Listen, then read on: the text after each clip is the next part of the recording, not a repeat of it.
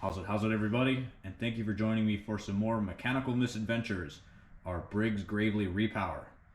In this video, we finally get the Briggs mocked up on the Gravely, minus a couple of key components, namely that shaft coupler. But for this video, we plug up all those oil holes, and we get everything ready for when the last of our pieces finally come in. Enjoy.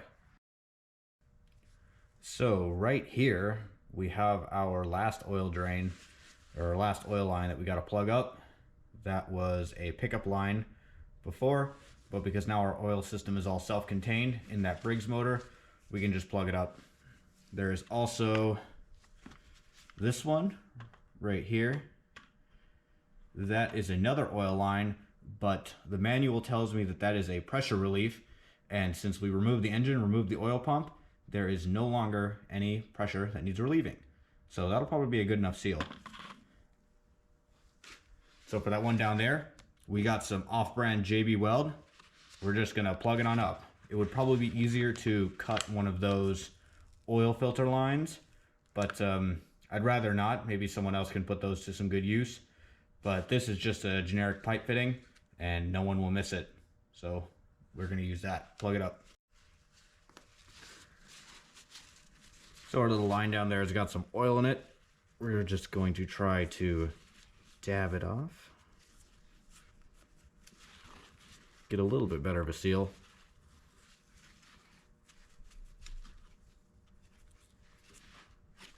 That's probably good enough.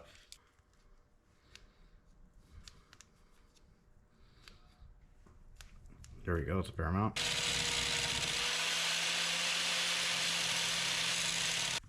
So we got our old engine up here. This is going to be the drop-in motor. And I was thinking I would just be cleaning up some of these surfaces. I mean, this is a used brake rotor. I wanted to be sure we had a good oil seal. And while I was messing around with the JB weld, I stuffed a bit of it in here. This was like an alignment dowel on the rotor. And it's pretty solid. So I'm thinking what I might do here, instead of making a plate to go over here. This I feel like would be thin. Probably weld terrible, probably leak in the end. I figured what I might try to do instead was build up my JB weld before it goes bad around this casing. So we just have a tiny little bit of a seal here that we got to build up between that casing and this large bore here. And if that fails, we can always go ahead and, well, use the plate.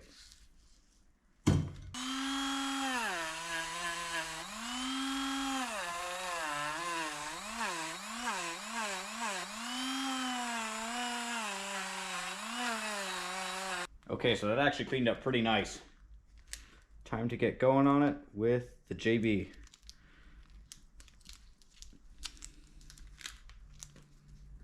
I think we're gonna have quite enough here.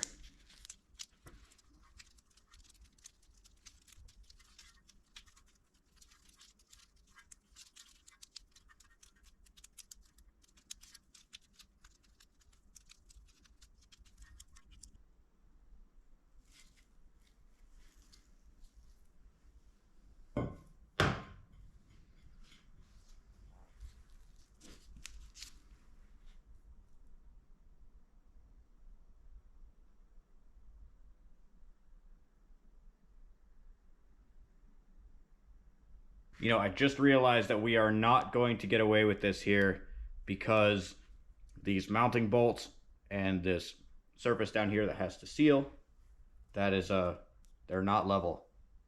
But, excuse me, what I can do is take the JB weld and build up around these casting marks, so at least we just need something to seal right here around the center, and we don't have to worry so much about these holes. Okay, so I built up with my JB weld all the casing here. It was such a funky shape that I think the easiest way to do it was actually to just come in here and make a decent sealing surface for myself. And what I did was I overshot it and then took the brake pad, pressed it down, and now you can see we have like a pretty nice flat in some of these spots. I don't know if it's perfect, but I think it'll probably be good enough for this. This is close enough that RTV will get us the rest of the way. So we had a chance to let this thing cure for a little bit. And this shaft can poke in 2 inches, thereabouts. It was 1 7/8 exactly. But let's save some space.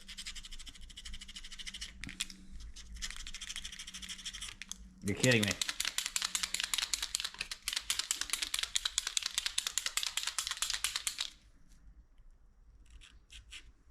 Okay.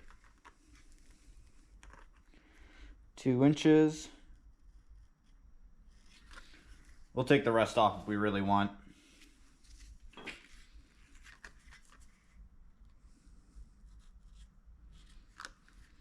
And hopefully it won't be as horrifically crooked as the input gear.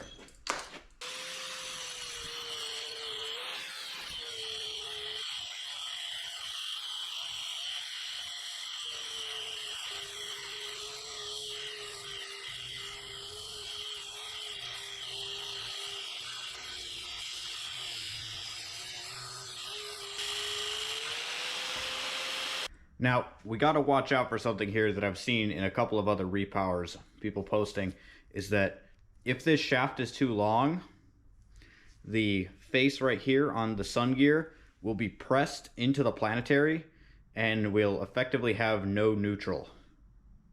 So it's actually better for this shaft to be a little bit on the small side than the long side. And because it was just a hair over 2 inches, we are going to try to drop it down to 1 7/8 and then get everything bolted up and see how it goes. All right, our shaft is cut down. Let's get the brake rotor on and go for a test fitting. This doesn't have to be perfect.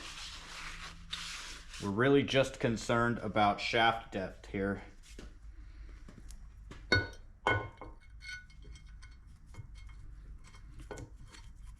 Now I should mention that this hardware that I'm putting on, these screws, they are the first thing that I've had to purchase for this project. Everything else has been stuff lying around. For the sake of the build budget, I'm going to assume that you don't have a Volkswagen Rabbit lying around and had to buy the $16 rotor.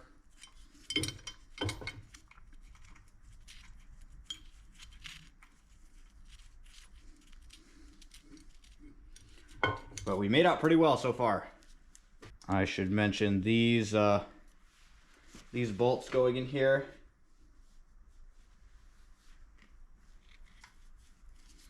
These are 5/16 by 24 by 1 inch.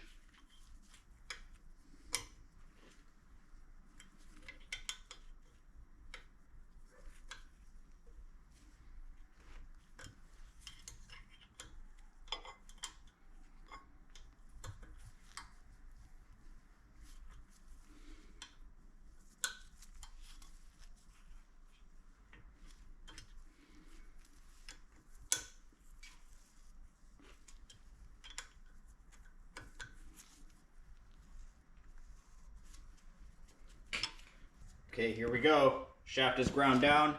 Here is our test fit. There goes the input gear.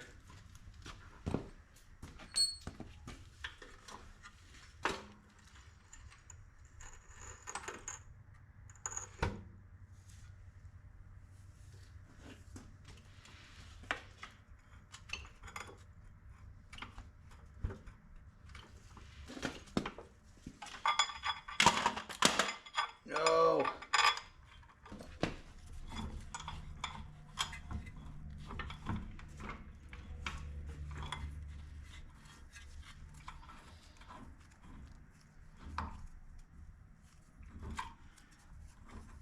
And these bolts on the engine side, they are 5/16-18 by 1 inch.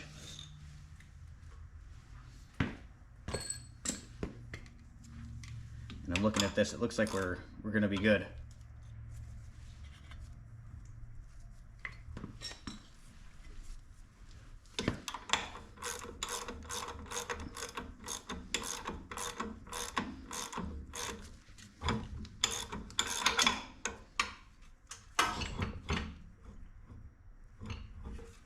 Cool. I just squished it together. It looks like we are not, just barely not contacting that transaxle input gear with our engine. All right, let's take a quick peek before these two come together. Oh, perfect. Beautiful.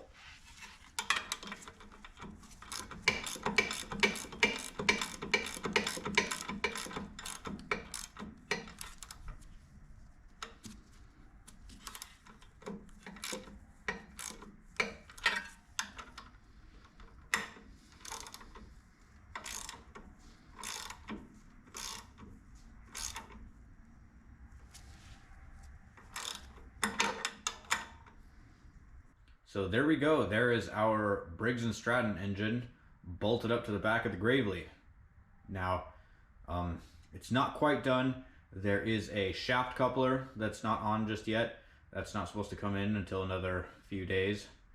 And I know that there is supposed to be a clutch retainer lip like the aluminum one that is still missing in here. But I got to get that welded in, and I'll probably do all the welding at once at my friend's. But until then, I think that's pretty good. We got it mocked up just the way we like it. And with it sitting here, we don't have to be just sitting around waiting. We can go ahead and try to see how we can get those handlebars mounted up.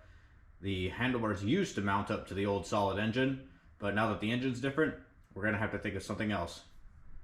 But for now, I think I'm gonna be calling it a day. Thank you very much for watching, and have a good one.